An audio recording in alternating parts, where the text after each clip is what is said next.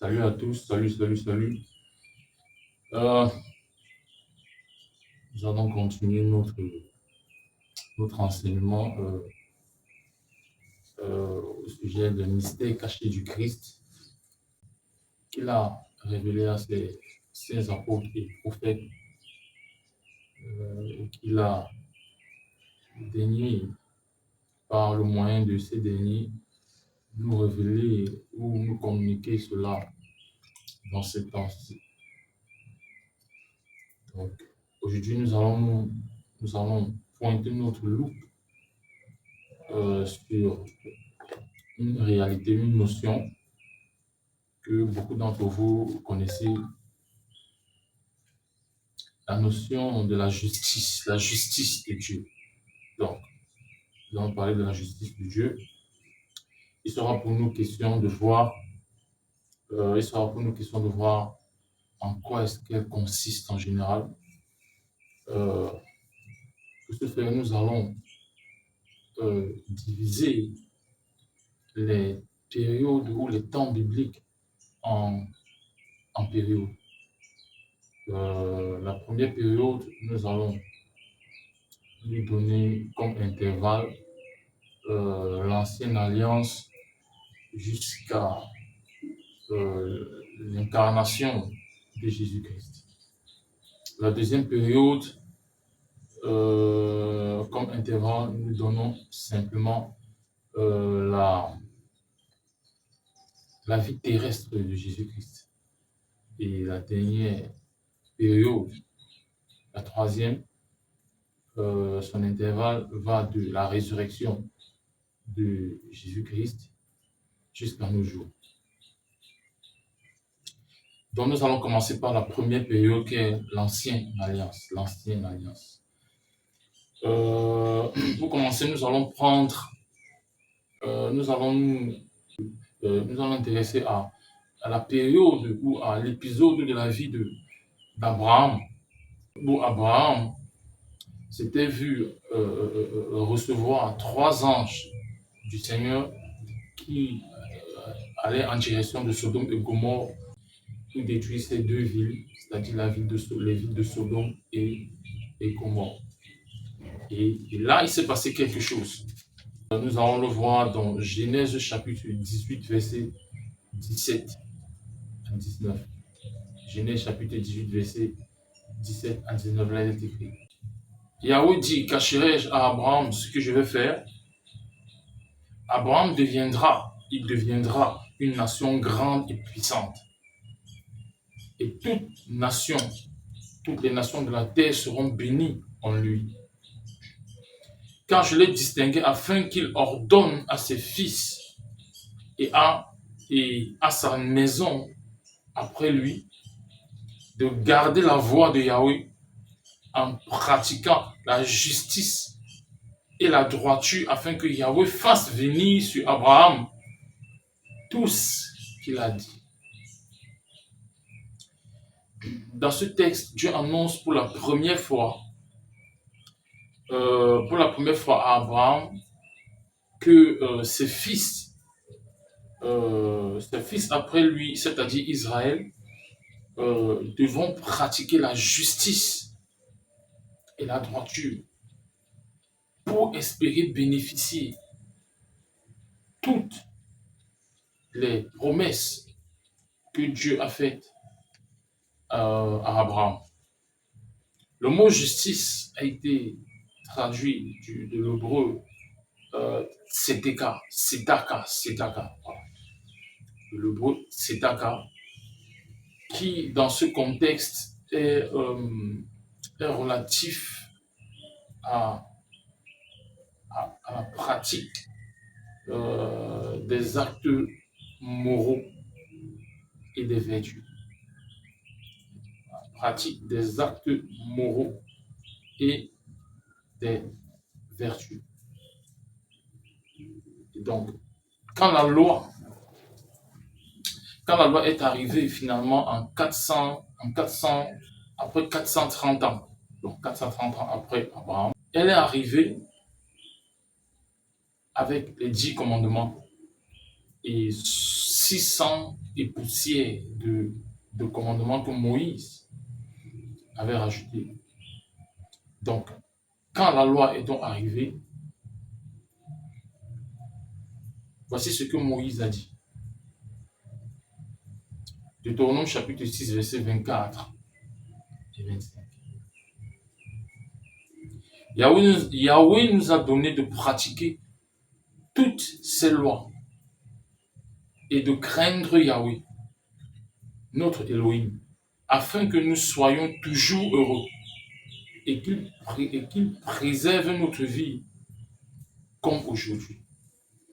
Et ceci sera notre justice, que nous prenions garde de pratiquer tous les commandements devant Yahweh, notre Elohim, comme il nous l'a ordonné.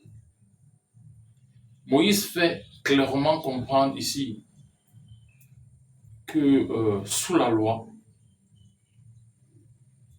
la justice consiste à pratiquer tout ce que la loi a ordonné.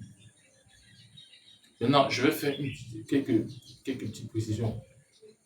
Dans l'absolu, ce qui est appelé ici la loi de Moïse, c'est en fait une combinaison de 3 catégories de lois en Israël. Il s'agit premièrement de la loi morale, la première catégorie. La deuxième catégorie, c'est la loi cultuelle. La troisième catégorie, c'est la loi cérémonielle. La loi morale consiste à ce que les uns et les autres devaient se respecter. Vous pouvez le voir par exemple dans les 10 commandements d'Exode chapitre 20 à partir du verset 1er jusqu'au verset 17 en particulier. C'est-à-dire là-bas, Dieu donne une succession de paroles en rapport avec la moralité. Tu ne prendras pas la femme de ton frère, tu ne tueras pas, tu ne feras pas ci, tu ne feras pas cela. Donc, les 60 et 600 et poussières d'autres lois que Moïse a rajoutées vont également dans ce sens, dans le sens de la loi morale. Mais il y avait également, comme je disais tantôt, les lois cultuelles qu'on peut trouver dans Lévitique chapitre 1, verset de Lévitique chapitre 1 jusqu'à Lévitique chapitre 17. Donc là, vous allez voir les lois cultuelles.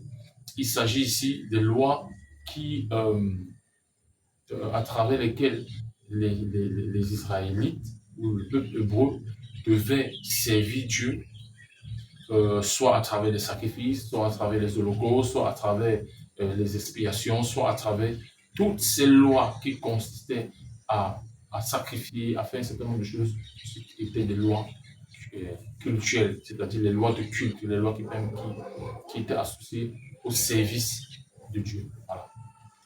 Et il y avait également les lois cérémonielles.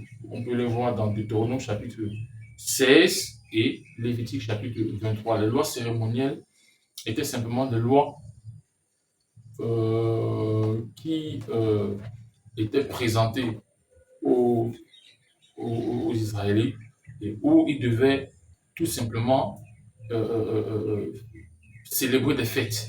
Donc les lois cérémonielles étaient relatives aux fêtes. Par exemple, la fête de Nouvelle Lune, la fête des pains sans levain, la fête des cabanes, la fête de... Donc ils avaient plusieurs fêtes que Dieu leur avait ordonné de respecter en des périodes, en des dates bien précises, chaque année. Donc, ça faisait partie, c'était ça les lois culturelles. Cependant, la justice, ici, était ou est de pratiquer les lois morales.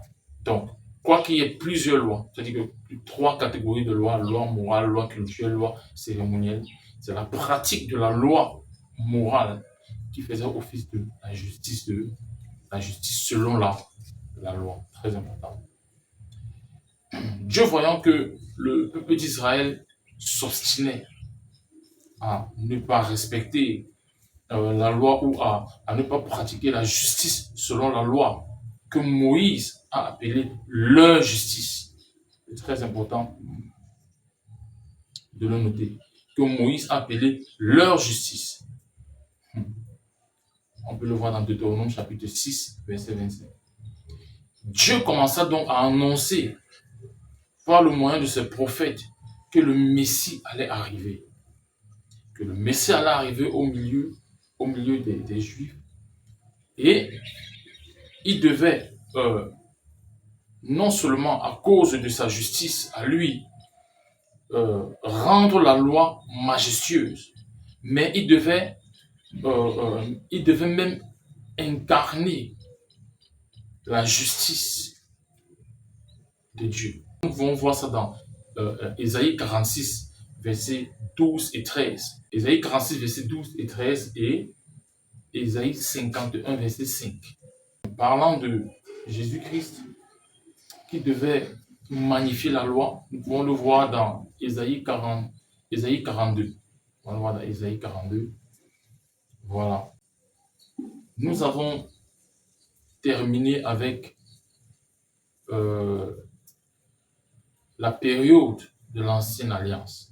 Nous allons parler maintenant de la période de la vie de Jésus-Christ, la vie terrestre de Jésus-Christ. Lorsque le Christ en la personne de Jésus-Christ arrive en Israël, vous vous souvenez que Jésus-Christ, quand il vient en Israël, il vient sous la loi. Quand il apparaît en Israël, il est sous la loi. Le 8e jour, ses parents respectent cette parole, cette loi que Moïse a donnée. Qui dit quoi? Qui dit que le 8e jour, tout enfant nouveau-né, tout enfant mâle devait être circoncis. Très important. Donc Jésus-Christ a été circoncis. Du coup, il était sous la loi et donc sous la juridiction de la loi et donc se devait donc de respecter scrupuleusement tout ce que la loi ordonnait. Très important. Donc, et Lévitique chapitre 8, chapitre 18, verset 5 dit ceci. Vous garderez mes statuts et mes ordonnances. L'être humain qui les observera vivra par elles. Je suis Yahweh. Là où tout le monde avait échoué, Christ a réussi. C'est très important de le savoir. Là où tout le monde a échoué, Christ a réussi. Il n'a jamais péché. Jésus n'a jamais péché. Et pouvait donc se prévaloir d'être juste devant Dieu sous la loi. Jésus-Christ est venu sous la loi. Il était sous la juridiction de la loi. Il devait marcher exactement conformément à ce que la loi disait. Il devait pratiquer la justice selon la loi, parce qu'il était sous la loi lui-même. Et la Bible précise que Jésus-Christ n'a jamais péché. Donc, il a marché parfaitement sous cette loi. Il a accompli toutes les ordonnances, toutes les exigences de la loi. Et en cela, il est devenu parfait même aux yeux de la loi. C'est très important. Maintenant, Jean chapitre 1, verset 3 dit ceci. 1 Jean chapitre 1, verset 3. Quiconque pratique le péché pratique aussi la violation de la loi. Et le péché est la violation de la loi. J'aime cette définition. Quiconque pratique le péché pratique aussi la violation de la loi. Et le péché est la violation de la loi. Par sa pratique de la loi, Jésus a rendu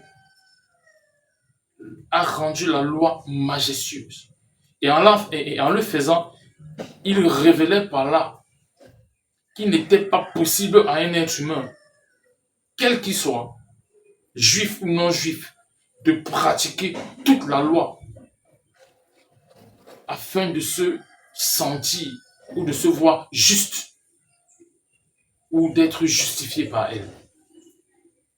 C'est pourquoi il est dit dans Romains chapitre 3, versets 19 et 20. Or, nous savons que tout ce que la loi dit, elle s'adresse à ceux qui sont sous la loi, afin que toute bouche soit fermée et que tout le monde devienne sujet au châtiment venant de Dieu. À cause de ceci, aucune chair ne sera justifiée devant lui sur la base des œuvres de la loi, car c'est par le moyen de la loi que la connaissance précise et correcte. C'est par le moyen de la loi que vient la connaissance précise et correcte du péché. Donc, vu que Jésus-Christ, tout au long de sa vie, incarné, a rendu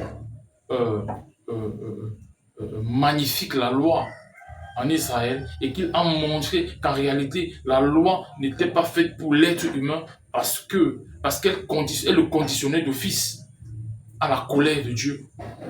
Il fallait qu'il termine avec cette justice qui consiste à pratiquer la loi pour se sentir juste devant Dieu.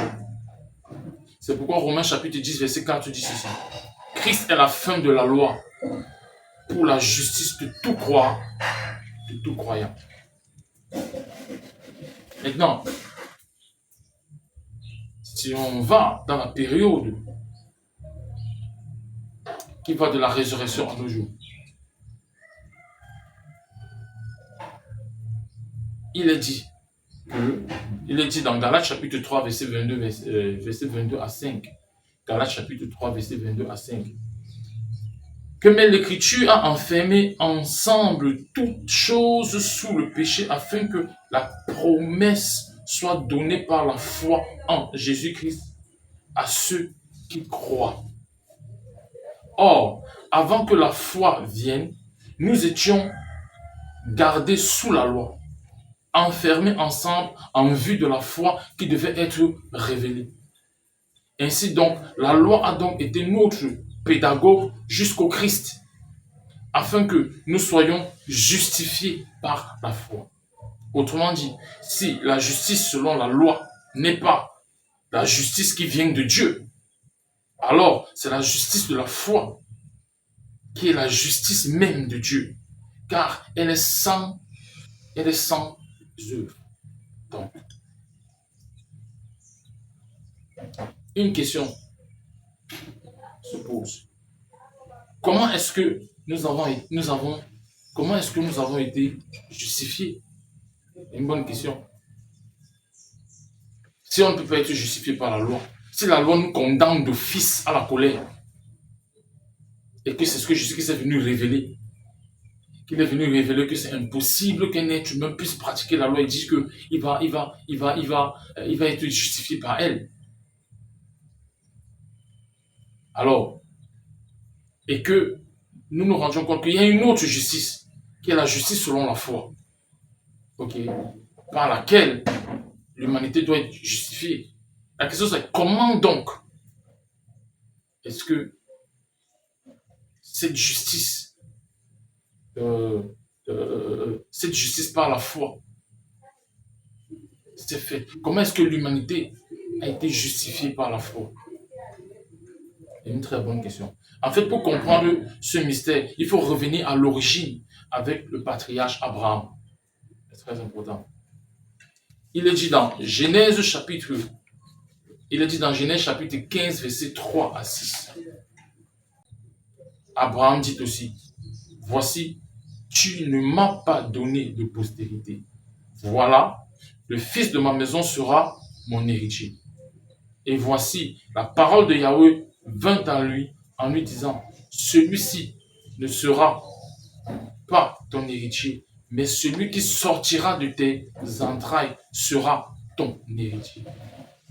il fit sortir dehors, il le fit sortir dehors et lui dit, s'il te plaît, regarde vers le ciel, ou vers les cieux, et compte les étoiles, si tu peux les compter. Il lui dit, ainsi deviendra ta postérité. Il crut en Yahweh, qui, lui, qui le lui compta comme justice. Il faut savoir ici que c'est Abraham. Abraham est celui qui a cru. Et cela lui fut compté comme justice. Donc il a reçu une promesse. Et la promesse c'était quoi? Que sa descendance sera nombreuse. Très intéressant. Cependant, il est dit dans Galates chapitre 3, verset 16, que la descendance d'Abraham, c'est Jésus-Christ. Galates chapitre 3, verset 16. La descendance d'Abraham, c'est Jésus-Christ. On se demande, mais attends. Dieu dit à Abraham que ta descendance sera nombreuse. D'une manière logique, on pourrait se dire que, ok, quand on te dit ta descendance sera nombreuse, on va directement faire allusion à tous ceux qui vont venir de tes entrailles, ceux qui vont engendrer de génération en génération. Mais Paul, dans Galates, chapitre 3, précise que si c'était dans le cas, Dieu aurait dit à Abraham que tes descendances seront nombreuses. Mais Dieu ne lui a pas dit que tes descendances seront nombreuses. Dieu lui a dit ta descendance sera nombreuse. Et Paul précise en disant que cette descendance-là, donc, c'est Christ. Très important. Autrement dit, Dieu disait ceci à Abraham. Tu as cru en moi. Et cela t'a été compté comme justice. Sache que le Christ, comme toi, Abraham, croira en moi et croira en ma fidélité, qui veut que toute chair soit justifiée par moi à travers sa mort et sa résurrection. De sorte que tous ceux qui croiront en lui, c'est-à-dire à sa mort et à sa résurrection, expérimenteront en eux-mêmes, dans toute leur vie, durant toute leur vie, ma justice. Celui qui croira qu'il a déjà été justifié expérimentera par l'esprit de justice la justice qui vient de la foi. Il s'agit ici d'une relation de foi en foi entre Dieu et les humains. Je répète, il s'agit ici d'une relation de foi en foi entre Dieu et les humains. C'est pourquoi Paul a dit dans Romains chapitre 1, verset 17, que quand la justice de Dieu s'y révèle, parlant de l'évangile, verset 16, il dit, je n'ai pas honte de l'évangile, car il est la puissance, car il est la puissance de Dieu pour le salut de quiconque croit. Ça, c'est le verset 16. Au verset 17, il dit, car la justice de Dieu s'y révèle. En d'autres termes, car l'évangile révèle la justice de Dieu venant de la foi pour la foi, selon qu'il est écrit, le juste vivra de la foi. Autrement dit, ce qu'il faut savoir, c'est que le terme venant de la foi pour la foi, il faut expliquer ça, de la foi pour la foi, veut dire de la fidélité de Dieu qui a justifié les humains par la mort et la résurrection de Jésus-Christ pour la croyance des êtres humains qui auront accepté l'œuvre du Seigneur comme étant déjà accomplie pour eux à travers la mort et la résurrection du Seigneur. On peut donc dire que toute personne qui croit en Jésus-Christ croient en la foi ou alors en la fidélité de Dieu à travers Jésus-Christ qui a justifié les êtres humains avant même qu'ils n'aient cru en lui. Romains chapitre 4, verset 3 et verset 23 jusqu'au verset 25 dit ceci. Car que dit l'Écriture? Abraham a cru en Elohim et cela lui a été compté comme justice. C'est le verset 3. Verset 23. Mais ce n'est pas à cause de lui seul qu'il est écrit, cela lui a été compté, mais aussi à cause de nous, à qui cela sera compté, à nous qui croyons en celui qui a ressuscité d'entre les morts Jésus-Christ, notre Seigneur, lequel a été livré à cause de nos fautes et qui est ressuscité à cause de notre justification. Autrement dit, ceux qui croient en Dieu, Père de Jésus-Christ, je répète, ceux qui croient en Dieu, Père de Jésus-Christ, expérimenteront la justice qui nous a déjà été donnée par la fidélité de Dieu qui a justifié toute l'humanité par la mort et la résurrection de Jésus-Christ. Qu'est-ce qu'il faut donc savoir en conclusion? C'est très important. Nous avons fait une évolution, ce n'est que la première partie. Il y aura une suite. Nous allons continuer cet enseignement parlant de la justice de Dieu. Et nous avons essayé d'évoluer, de voir comment la justice a été vue sous la loi depuis l'Ancien Testament. Et comment est-ce que, quelle a été la réalité de la justice de Dieu,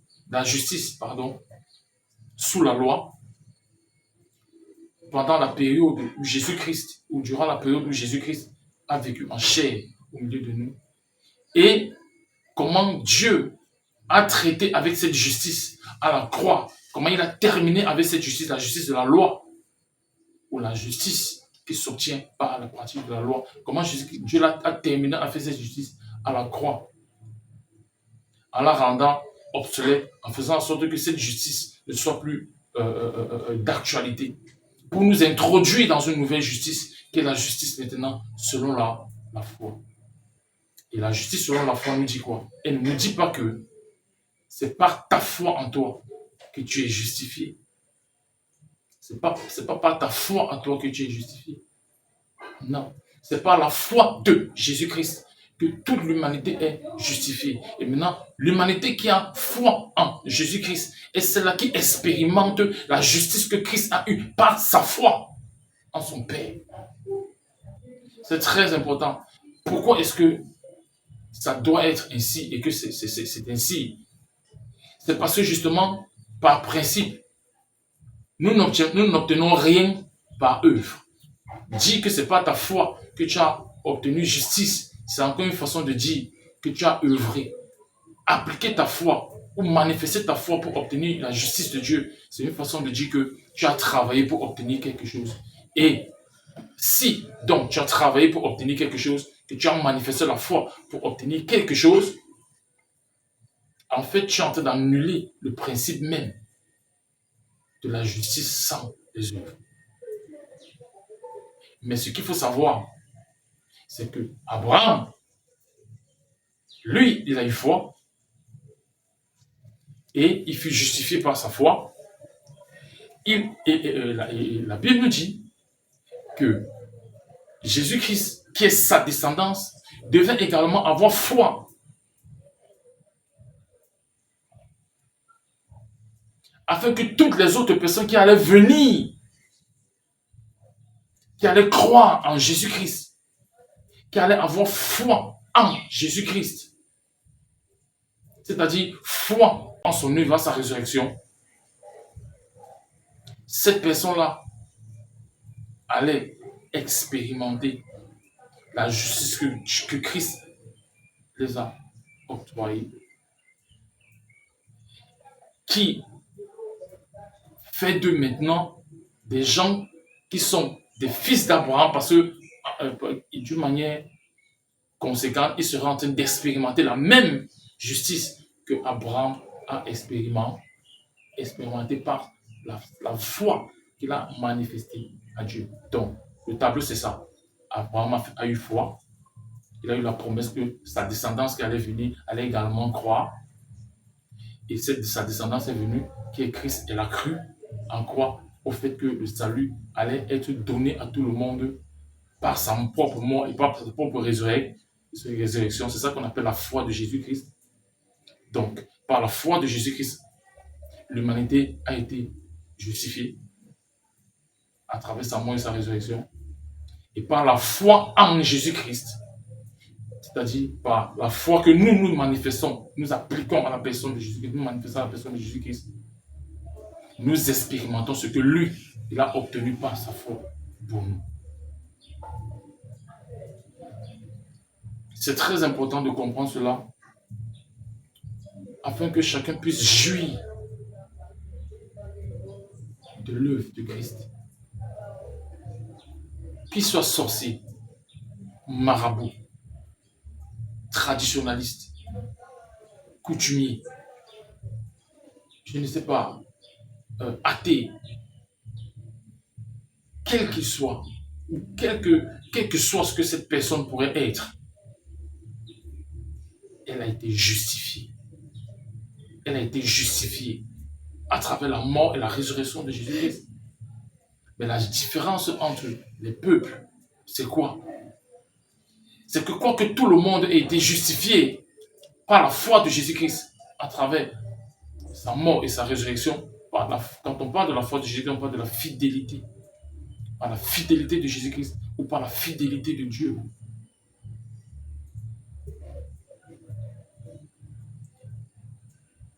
Ceux qui croient en cela sont ceux-là qui expérimentent cette justice. Mais ceux qui ne croient pas, même s'ils ont été justifiés, n'expérimenteront jamais la justice de Dieu. La justice qui vient de la foi. Et prochainement, nous comprendrons d'une manière plus technique de quoi est-ce qu'il est question quand on parle d'être justifié. De la justice par la foi. Qui est relative à tout ce que Christ a fait. Nous allons comprendre techniquement de quoi ici les questions. J'ai voulu survoler, pas survoler, mais j'ai voulu dire des choses d'une manière plus générale pour introduire cet enseignement et mentionner quelque chose. Que la loi, la justice selon la loi n'est pas la justice selon Dieu. Mais la justice selon la foi est la justice qui vient même de Dieu. C'est très important de le savoir. Je prie enfin que tous ceux qui sont ici avec moi, tous ceux qui me regardent actuellement, réalisent que Christ les a justifiés, que Christ a eu foi, que la fidélité de Dieu, qui est la foi du Christ, a justifié toute l'humanité à travers la mort et la résurrection de Jésus-Christ.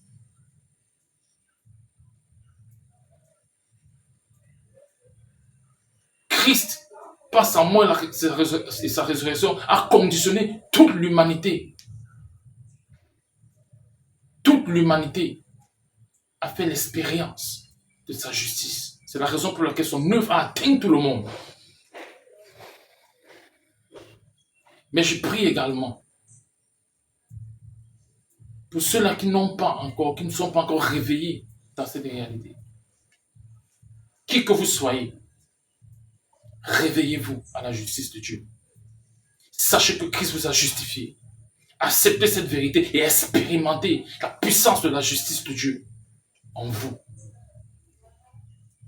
Et ceux